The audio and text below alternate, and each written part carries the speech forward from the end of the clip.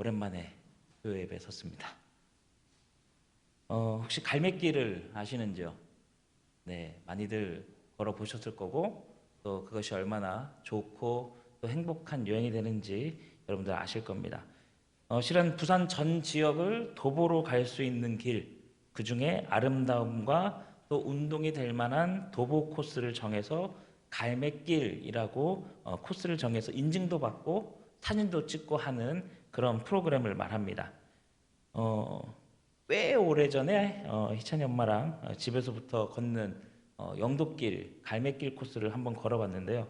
한 2시간 반 걸었나요? 영도에 한 반 정도 걸었던 것 같습니다. 생각보다 짧은 거리고 생각보다 좋은 곳들이 많더라고요. 그동안 차로 지나다니면서 보통 한 15분이면 영도 반 바퀴는 돌았던 것 같은데 걸으면서 보니까 영도가 얼마나 아름답고 좋은 것이 많은지를 또 한번 생각해보는 늘 걸어야겠다라는 생각을 그때만 했던 것 같습니다. 그만큼 가까운 거리를 행복한 마음으로 그렇게 걸었었는데 실은 이 한 11km 정도 안 되는 거리, 한 10km 정도를 그렇게 걸었던 것 같습니다. 근데 그만큼 가까운 거리 안에 참 많은 것들이 있더라고요. 맛집도 있고 또 늘 차를 타고 갔던 마트들도 보이고 또 누군가의 집도 보이고 도서관도 보이고 또 저 멀리 감천항도 보이고 또 송도 해수욕장도 보이더란 말입니다. 참 그 가까운 거리 안에 참 많은 일들이 있었다라는 것이죠. 근데 실은 우리가 말씀 가운데서도 그만큼 가까운 거리에 있는 두 고을을 보게 됩니다. 저는 청학동에서 영선동까지 걸었었는데요. 실은 이 가까운 거리에 놀라운 두 마을을 한번 생각해 보길 소망합니다. 지금 저희들은 사순절을 경험하고 있고 예수님이 나셨던 그곳에서 또 예수님이 돌아가신 그 길까지를 묵상하는 시간을 갖고 있죠. 바로 베들레헴과 예루살렘을 함께 떠올려 보길 소망합니다. 베들레헴과 예루살렘은 약 11km 정도 떨어져 있다고 합니다. 네, 차로 한 15분? 그리고 우리 교회에서는 걸어서 유엔공원 정도? 정확하게 한 그 정도 거리인 것 같습니다. 걸어서 반나절 정도의 거리.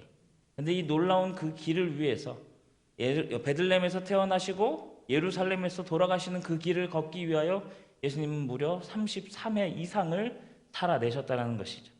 그리고 많은 일들을 보여주시고 또 그 길을 통하여 우리에게 함께 걷자라고 하십니다. 실은 이 베들레헴과 예루살렘은 또 다른 신학적 의미를 가지고 있습니다. 베들레헴은 성육신이 일어난 장소이죠. 하나님의 아들이 인간의 몸을 입고 태어난 그곳. 또 예루살렘은 어떤 곳입니까? 인류의 모든 죄를 대속하기 위하여 걸어가신 그 장소인 것이죠. 그래서 베들레헴은 성육신의 장소라 부를 수 있고 예루살렘은 대속의 자리라고 부를 수 있습니다. 또 우리는 사도신경에서 그런 짧은 거리에 있는 한 구절을 또 생각해 볼 수 있습니다. 동정녀 마리아에게서 나시고 또 본디오 빌라도에게 고난을 받아. 즉 성육하심과 대속하심은 늘 가까운 거리에 있다라는 것이죠. 하나님이 우리와 함께 하시기 위하여 아들을 보내시고 우리 사는 이곳에 직접 육신을 입으시고 함께 살아내셨던 사건.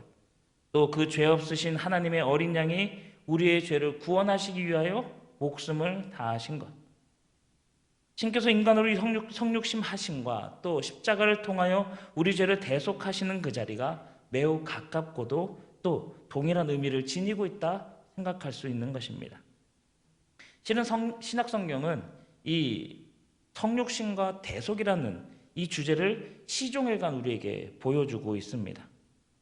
오늘 우리가 함께 읽은 이 작은 비유의 이야기, 기다리는 종의 이야기도 실은 이 신앙과 신학의 의미를 함께 생각해 볼 수 있는 장면인 것이죠.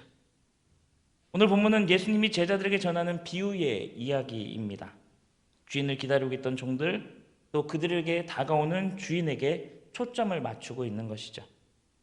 그 중에 35절에 이렇게 나옵니다. 우리 함께 읽겠습니다.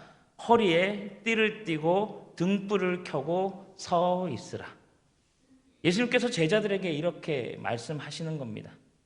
여러 가지 비유의 이야기들과 또 무리들을 향한 말씀들을 전하시고는 제자들에게 너희들이 허리에 띠를 띠고 있어야 한다. 등불을 켜고 함께 기다려야 한다라고 말씀을 하십니다. 허리에 띠를 띠는 행위, 또 등불을 켜고 있는 행위. 성지순례가 아쉽게도 연기가 되고 있는 상황인데요. 그래도 우리가 TV나 매체를 통해서 보았던 기억이 있을 것입니다. 중동 근방에 사는 사람들은 남자나 여자나 상관없이 긴 옷을 입고 있습니다. 또 기억해보면 허리에 띠나 아니면 아예 없는 긴 옷을 치렁치렁하게 입고 다니는 것이죠. 날씨는 습하지는 않고 또 그렇다고 또 그늘이 많은 것도 아니니 직사광선이 심하다 보니까 헐거운 옷차림으로 몸의 온도를 낮추는 방법을 사용한 것이죠. 하지만 격렬한 활동을 해야 할 때, 즉 일을 하거나 무엇인가 뛰거나 몸을 움직여야 할 때는 허리에 띠나 줄을 메어서 옷 밑자락이 땅에 끌리지 않도록 하면서 평소와는 다른 차림으로 있었다는 것입니다. 우리 이 장면은 출애굽기 12장의 유월절 사건에서도 떠올릴 수 있죠. 유월절 전날 곧장 길을 떠날 수 있도록 띠를 띠고 단단히 동여 매고 준비해라 명령을 받습니다. 엘리야는 아합의 전차 앞에 다름질하기 위해서 자기 허리를 동여 맸었죠. 예레미야 역시 열방을 향한 그의 사역을 위해서 허리를 동여 매라라는 분부를 받았습니다.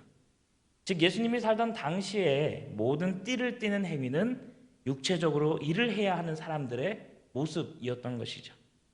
바꿔 표현해서 긴 옷을 입었으나 띠를 띠지 않는 사람들은 여행할 채비를 하지 않은 사람 혹은 일할 준비가 되지 않은 사람을 보여주는 모습입니다.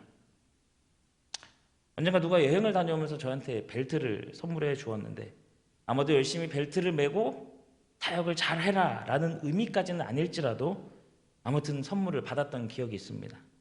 물론 제 허리가 너무 튼튼 단단 굵어서 잘 메어지지는 않아서 지금 그 벨트를 하지는 못하고 있습니다만은 어쨌든 띠를 띠는 행위는 열심히 힘을 내기 위해서 내 마음과 자세를 다시 매무새하는 장면인 것이죠.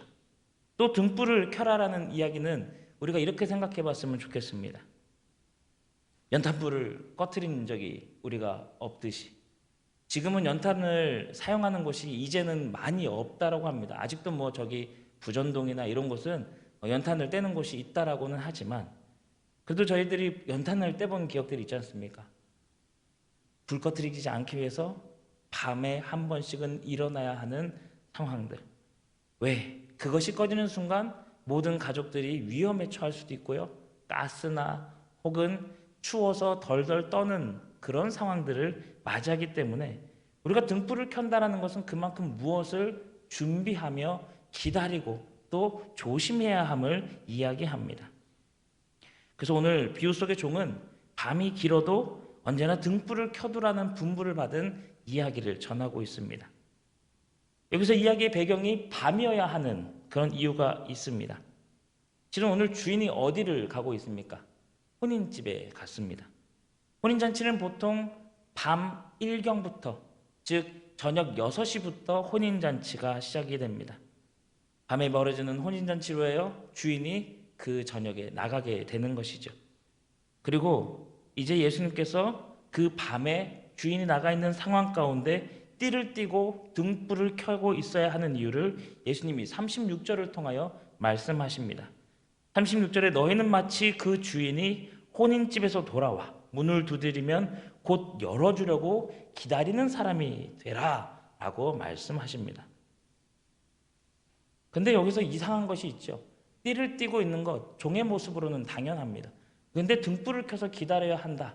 그것은 바꿔 말해 주인이 언제 들어올지 모른다라는 의미인 것이죠. 주인이 저녁 6시부터 열리는 그 혼인잔치에 집 밖으로 나갔으니 종들은 마치 5분 대기조처럼 기다리고 있어야 하는 게 맞다라고 생각할 것입니다. 그런데 당시 혼인잔치가 저녁에 시작하면 그 밤에 맞췄을까요? 아닙니다. 우리는 가나의 혼인잔치를 아시죠? 며칠 밤 동안 부어라 마셔라 하면서 놀다 보니 어떤 일이 생겼죠? 포도주가 떨어지는 일이 생겼죠.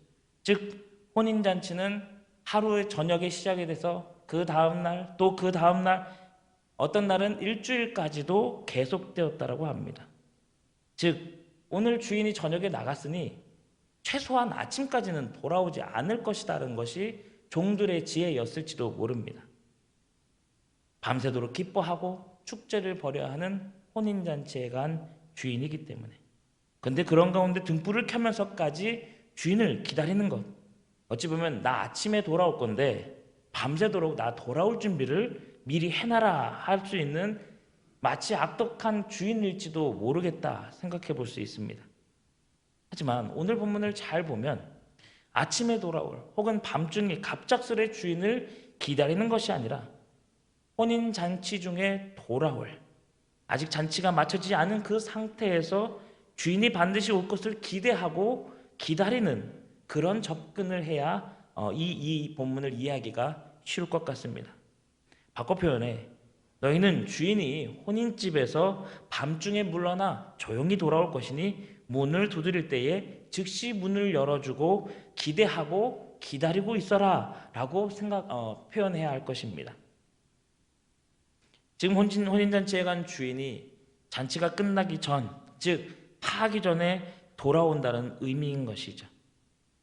단순히 나가는 시간과 돌아오는 시간이 일정한 외출이 아니라 불시에 갑작스레 집으로 돌아올 수 있는 주인을 그 종들이 준비하고 기다리는 상황. 그리고 36절에 이렇게 표현이 됩니다. 너희는 마치 그 주인이 혼인집에서 돌아와 문을 두드리면 곧 열어주고 기다리는 사람과 같이 되라. 주인이 문을 두드린다. 요즘 시대라면 초인종을 누른다라는 표현이 되겠죠. 근데 예수님이 살던 당시의 풍습이 또한 그것이 아니었습니다. 문을 두드리는 사람들은 낯선 방문자, 즉 아무도 모르는 손님만이 밤에 문을 두드렸다고 합니다. 우리가 오늘 읽은 이 12장의 이야기 앞선 11장에 밤중에 찾아오는 벗 이야기가 있습니다. 그가 낯선 방문자가 아니기 때문에 친구를 찾아가 목소리 높여 부르는 장면이 있었던 것이죠. 느닷없이 문을 두드리면 안쪽에 있었던 사람들은 다 놀랐을 것입니다. 그런데 그 벗은 누군지 다 아는 목소리로 어이 김씨, 어이 이씨, 나야 라고 부르면 그 집사람들이 사건이 아니구나, 문제가 아니구나, 친구가 찾아왔구나. 그래서 만문을 열고 그 집의 문을 열었던 것입니다. 요한계시록 3장 20절을 떠올리는 분들도 계실 것입니다. 보라 내가 문 밖에 서서 두드리노니 누구든지 내 목소리를 듣고 문을 열면 내가 그에게 들어가리라. 하나님이신 방문자가 문을 두드리고 부르십니다. 집주인은 문 두드리는 소리가 아니라 익숙한 목소리로 불러야 하는데 주님께서 문을 두드리는 이유, 오늘의 장면에서 또 생각해 볼 수 있는 것이죠. 주인이 문을 두드립니다. 분명 집주인은 혼인잔치에 가 있었습니다. 혼인잔치가 마치기 전에 올 것처럼 띠를 띠고 활동적인 모습으로 준비하고 밤에 불을 켜서 있어라. 우리는 그 이유를 궁금해 할 수 있는데 그게 앞서 자기 집 문을 목소리로 여는 것이 아니라 문을 두드리는 이유를 알아야 할 것입니다. 여러 대답이 있겠지만 첫째로 주인은 자기 목소리가 집 전체에 퍼지는 것 혹은 집 주위에 퍼지는 것을 원치 않았던 것입니다. 문 밖에서 속삭이듯이 부르면 들리지 않을 것이지만 문을 두드리는 경우 조용히 두드려도 종들이 깨어 있으면 종이 듣고 문을 열 수 있다는 것이죠. 즉 목소리를 높이지 않아도 혼인잔치에서 물러나온 것을 종들은 알게 될 것입니다. 아마도 잔치 때마다 그런 행위를 한 주인이었는지도 모릅니다. 우리 주인은 밤중에 혼인잔치를 마치지 않고 돌아오는 분이시니 우리가 띠를 띠고 불을 켜고 준비하고 있자 그런 기다리는 종이 될 수밖에 없었던 것이죠. 그런데 이제 집주인이 혼인잔치에 물러나 돌아온 진짜 연유가 드러나게 됩니다. 37절에서 38절을 우리 한 목소리로 읽도록 하겠습니다. 읽겠습니다. 주인이 와서 깨어있는 것을 보면 그 종들은 복이 있으리로다. 내가 진실로 너희에게 이르노니 주인이 띠를 띠고 그 종들을 자리에 앉히고 나와 수종들리라. 주인이 혹 2경에나 혹 3경에 이르러서도 종들이 그같이 하고 있는 것을 보면 그 종들은 복이 있으리로다. 아멘. 종이라고 하면 굉장히 낮은 계급의 사람들입니다. 아니요, 계급이 아예 없지요. 무시당하는 사람들의 한 모습입니다. 근데 그런 사람들을 보고 오늘 복이 있다라고 선언하십니다. 여기서 복이 있도다라는 단어로 쓰여진 헬라어는 마카리오스라는 단어입니다. 어디선가 들어봤을지도 모릅니다. 좋은 혹은 선한, 복이 있는. 근데 이 마카리오스라는 단어가 가지고 있는 속성이 한 가지 있습니다. 이것은 앞으로 무엇인가 받게 된, 즉 너가 좋아질 것이다, 너가 선해질 것이다, 내가 복이 있을 것이다 라는 것이 아니라 이미 네가 복이 있다, 이미 네가 좋다, 네가 이미 선하다, 즉 이미 그것을 존재하고 가지고 있다라는 속성을 가진 단어입니다. 즉 종들이 깨어서 준비하고 있다가 주인을 맞았기 때문에 복을 받아 선한 사람이 되는 것이 아니라 등불을 켜고 옷을 제대로 띠를 띤 채 깨어서 주인이 돌아오길 간절히 기다리는 종들은 이미 하나님의 복으로 가득한 사람, 주인 때문에 혹은 깨어서 아니라, 그것이 아니라 그냥 이미 하나님의 복을 받은 사람, 그 집도 복이 가득한 의미라는 것이죠. 더 놀라운 내용은 37절에 복이 있도다 그 설명된 이후에 나옵니다. 주인이 와서 깨어있는 것을 보면 그 종들은 복이 있으리로다. 내가 진실로 너에게 이르노니 주인이 띠를 띠고 그 종들을 자리에 앉히고 나와 수종들이라. 주인이 혼인집에서 돌아옵니다. 도착하자마자 주인이 자신의 옷을 둘러맬 띠를 찾는 것이죠. 그리고 그 띠를 동여맵니다. 종들은 놀랐을 것입니다. 이 밤에 주인께서 무슨 일을 하려시는 건가? 아랫사람인 자기들에게 그것을 맡기시면 될 텐데 왜 주인이신 분이 직접 띠를 띠고 행동하시려는가? 실제로 당시에는 지체가 낮은 종과 노예만이 옷에 띠를 가지고 움직였습니다. 근데 오늘 주인은 말을 닦으려나 혹은 청소하려는 거나 무거운 것을 옮기려는 것이 아니라 직접 종의 모습이 되어서 종들을 섬기려 하는 것이죠. 종들로 하여금 옆으로 누워서 하는 친구들과 하는 식사를 준비합니다. 그리고 그들에게 서로 기대어 앉게 하는 것이죠. 그리고 종들이 주인에게 하던 것처럼 식사를 대접하고 섬기려고 합니다. 즉 시중을 든다라는 것이죠. 예수님께서 제자들의 발을 씻어주시려 하실 때도 베드로가 그랬듯이 종들도 당연히 사양하면서 주인의 말을 따르려 하지 않았을 것입니다. 좋은 종이라 하는 것은 제 분수를 아는 사람인 것이죠. 주인과 함께 기대어 눕는다는 건 상상하기도 어려웠을 것입니다. 그런데 그 주인이 지금 종들을 향하여 섬기기 시작한 것이죠. 주인의 행동은 그만큼 이해하기 어려운 행동입니다. 그러나 그 주인은 자신의 종들에게 그만큼 뜻밖의 사랑을 값지게 보여주고 있습니다. 그런 대접을 받은 종들은 그들의 주인을 어떻게 생각하고 공경하게 될까요? 오늘 이 본문은 기다리는 종들, 주인이 언제 오실지 몰라 기다리고 또 준비해야 하는 자의 모습을 보여주는 종말의 장면을 보여주고 있습니다. 그런데 이 종말의 상황 가운데 미래를 우리가 떠올려 본다면 우리 마음속에 이 본문은 우리에게 어떤 기대를 더해줄 수 있겠습니까? 오늘의 비유의 이야기 가운데 성육신과 대속이 맞물려 있습니다. 주인이 종들에게 직접 찾아왔고 또 자신을 내어주는 값진 사랑, 즉 섬기는 대속의 모습을 보여주고 있습니다. 오늘 주인은 혼인잔치에 갔었습니다. 그리고 혼인잔치가 한창일 때 자신의 집에 있는 종들을 생각해냅니다. 자기 앞에 있는 진수성찬을 그릇에 가득 채워 자리를 빠져나옵니다.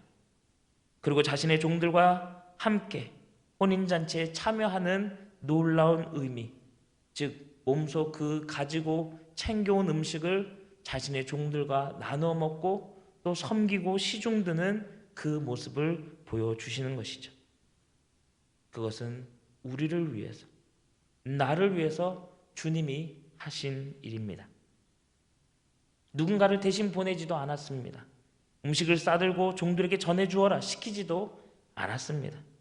주인이 마음만 먹었어도 잔치 시중을 들 종 하나를 불러다가 그것을 전해주라 분부할 수 있었을 것입니다. 근데 오늘 주인은 직접 음식을 들고 갑니다. 그리고 그 종들만을 위해 조용히 문을 두드리는 것이죠. 종들을 만난 주인은 띠를 띠고 직접 섬기며 종들에게 식사 대접을 합니다. 오늘 예수님께서 그렇게 우리에게 성육신 하셨고 대속의 모습을 보여주십니다. 그런데 오늘의 이 말씀은 좀 짧기도 하고 또 이상하게 무시당해왔던 부분이 없지 않아 있습니다. 오늘의 말씀이 우리에게 집중을 잃는 이유가 무엇일까요? 기다리는 이 행위, 띠를 띠고 등불을 켠 채 주인이 오시기를 기다리고 기대하고 고대하는 이 행위, 우리가 사는 이 현대화된 효율성을 강조하는 사회에 부합하지 않기 때문인지도 모릅니다. 주인이 종들을 향하여서 직접 섬기고 시중드는 이 모습 역시도 누군가 권위 가진 자들이 낮고 천한 사람들을 향하여 어느 것 하나 하지 않기 때문에 이 말씀은 쉽게 읽혀지거나 은혜가 느껴지지 않았는지도 모릅니다. 하나님께서 우리에게 바라시는 이 말씀의 의미는 기다리고 또 기대하라라는 의미인데, 우리는 어느샌가 세상의 가치처럼 내 마음대로 주님을 끌고 오고 성공을 요구하고 생산을 바라고 효율성을 끄집어내는 그 세상의 가치처럼 살고 있는 건지도 모릅니다. 효율과 성공만을 지향하는 사회이다 보니까 하나님을 섬기고 하나님께서 하신 이 놀라운 은혜를 전해야 하는 우리 그리스도인들조차도 여러 가지 논란들이 생겨나는 것이죠. 물론 효율적인 것이 중요할 때도 있습니다. 성공이 필요할 때도 있습니다. 하지만 성공의 가치, 효율성을 높이는 것 말고도 우리는 기다림과 고대함, 성공의 높은 자리보다는 낮은 자리로 함께하여 섬기라는 모습을 하나님께서 우리에게 바라고 계시는 것 아닌지 생각해야 하는 것이죠. 우리는 주님이 오심을 기다리는 사람이면서 주님이 오심을 본 사람들입니다. 또 주님의 성육신과 대속의 은혜를 경험하면서 체득하면서 전해야 하는 사람들이어야 합니다. 지난 주일 성찬의 은혜를 우리가 3년 만에 경험했습니다. 실은 그동안 우리의 인생 가운데 신앙생활을 하면서 경험해왔던 방식과는 조금 다른 방식으로 우리가 성찬에 참여했습니다. 분병분잔 위원들을 통하여 각자의 떡과 각자의 잔을 마시어 기념하는 이전의 방식, 마치 오병이어에서의 주님께서 그 오병과 또 이어를 가지고 떼어 축사하시고 제자들을 통하여 나눠주는 그 의미, 우리가 경험하고 기억하면서 효율적인 방식, 50명씩, 100명씩 나뉘어 배고프고 줄였던 장정만 5,000명이었던 자들을 먹이는 행태를 우리가 띄었다면, 지난 주간 우리가 경험했던 성찬의 모습은 한 명씩 나와 떡을 받고 적시어 먹고 기념하는 행위, 우리가 매 주일 1시간 정도의 예배 시간을 통해 기억하는 시간이라면 어찌 보면 매우 길다 할 수 있는, 조금은 누군가의 먹고 마시고 또 적시어 기념하는 그 기다림의 시간을 함께 묵묵히 감내해야 하는 성찬의 방식이었습니다. 실은 예전부터 진행해 오던 성찬의 한 형태였지요. 근데 오늘 기억해야 할 이 말씀을 통하여 지난 주일의 성찬을 생각해 봅니다. 지난 성찬의 모습은 주인이 종들을 부르고 이 자리로 나와 직접 띠를 띠고 섬기는 모습으로 한 명 한 명에게 직접 성찬의 떡을 나누어 주고 적시고 먹고 기념하는 그 시간, 우리와 함께 하시는 하나님 임마누엘의 현현을, 또 십자가 대속의 사건을 함께 묵묵히 식사의 자리에서 초대받은 그 자리에서 기다리는 장면이 되는 것이죠. 그래서 설교를 우리를 위한 하나님의 말씀, 우리 모두를 향한 하나님의 말씀이라고 한다면 성찬은 나를 위한 하나님의 말씀이 되는 것입니다.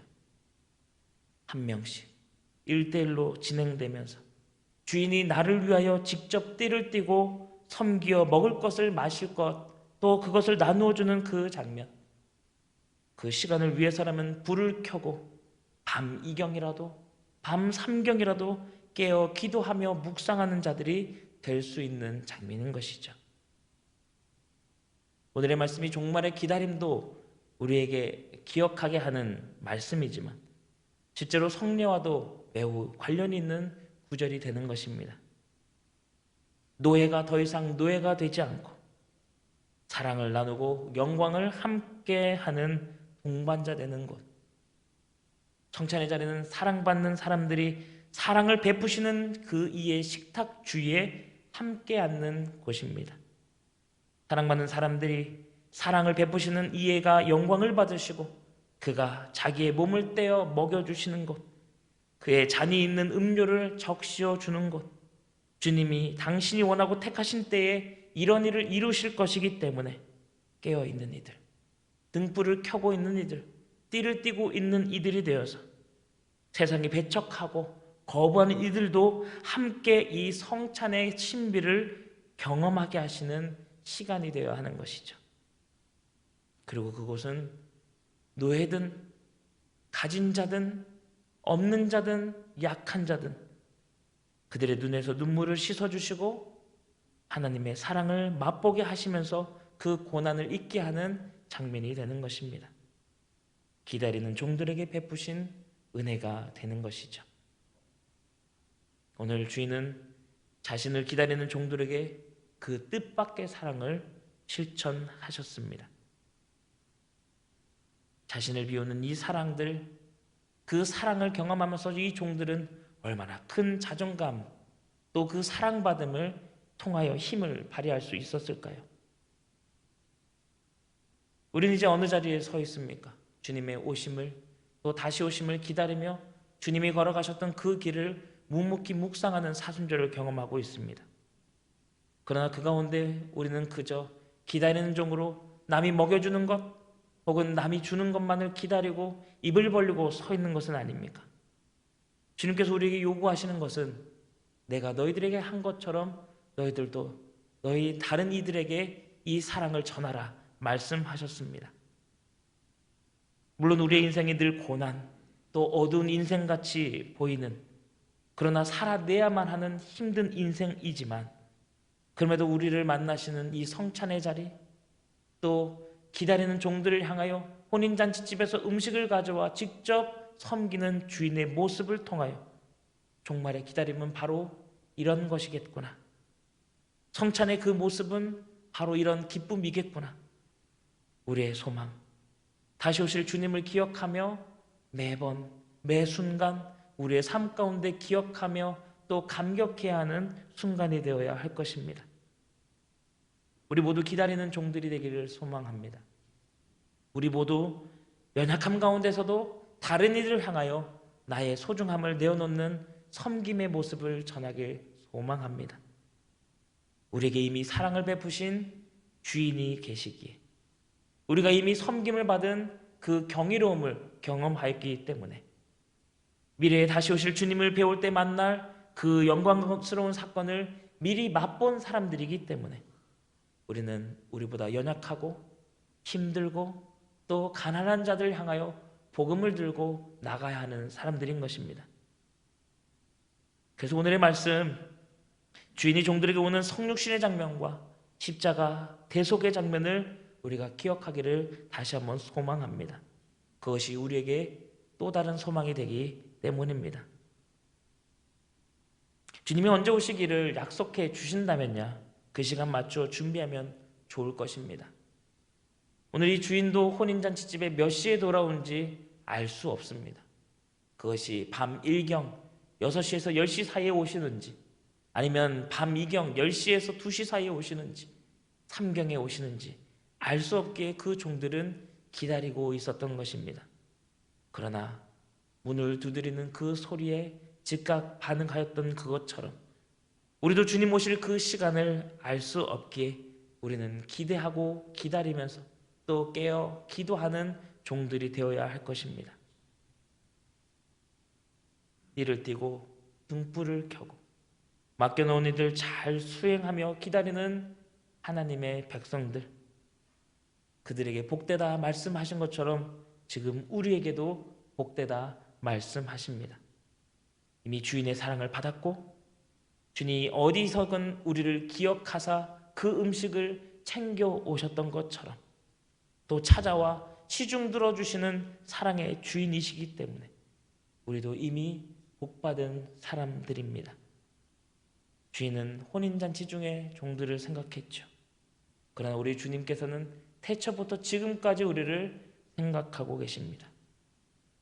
예수님의 말씀 가운데 주인은 자기 앞에 있는 진수성찬 그릇을 채워 가져왔지만 우리 주님께서는 우리에게 가장 필요한 것, 가장 좋은 것을 이미 생각해 두시고 우리에게 시중들러 오실 주님이십니다. 그리고 그 주님께서 우리에게 혼인잔치에 참여케 하십니다. 우리 모두 다시 한번 주인을 기다리는 그 종을 떠올리길 소망합니다. 우리를 잔치에 초대하시려는 주인을 둔 종이기에 우리도 기대하고 기다릴 수 있습니다. 성찬의 자리도 부르시는 주님이시오. 세족식의 자리에도 우리를 부르시는 주님이시오. 그리고 자기의 십자가를 지고 나를 따르라 하시는 주님이시기에 우리는 주님을 다시 한번 생각해보는 사순절을 깊이 묵상해 봅니다. 우리 주인 되신 예수님께서 이미 먼저 몸소 섬기시고 나누시고 대속하셨습니다. 우리도 감사의 삶을 또 사랑의 삶을 우리의 또 나의 예수님을 만나고자 오늘도 띠를 띠고 불을 켜는 기다리는 종 되도록 기도하길 소망합니다. 우리를 부르실 주인 사랑의 주님이기에 더욱더 소망해 봅니다. 받은 사랑 그대로 나눠줄 수 있는 우려가 되기를 기도하시길 소망합니다. 성공과 효율과 시간의 밀당에서 벗어나서 진정 중요한 주인의 뜻을 놓치지 않는 귀한 하나님의 백성들 되길 소망합니다. 내가 주인 되려는 자리가 아니라 나도 끝자리를 청하고 누군가를 섬기고 남보다 더 나서서 내 목소리를 키우기보다는 그저 기쁜 마음으로 듣고 함께 띠를 띠고 함께 섬기는 귀한 사람들, 우리에게 다가와 나와 함께 놀라운 자리에 서자 요청하시는 하나님, 예수님, 성령님을 기다리는 귀한 믿음의 백성 되길 주님의 이름으로 축원합니다. 기도하겠습니다. 오늘 주신 말씀 기다리는 종들의 모습 가운데 섬겨주시는 하나님, 예수님, 성령님의 사랑을 봅니다. 그리고 직접 찾아와 섬기시는 그 사랑처럼 우리 교회를 섬기고 우리 가족을 섬기고 지역을 섬기고 우리보다 연약하고 가난하고 힘든 자들을 돕는 기다리는 종들 우리 모두가 되게 인도하여 주시옵소서.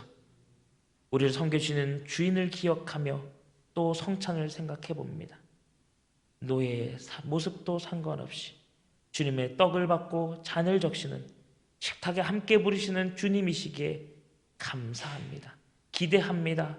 기도합니다. 기다리는 종으로 받은 사랑을 다른 고난 중에 있는 이를 향하여 나가는 주님의 종들 또한 되게 역사하여 주시옵소서.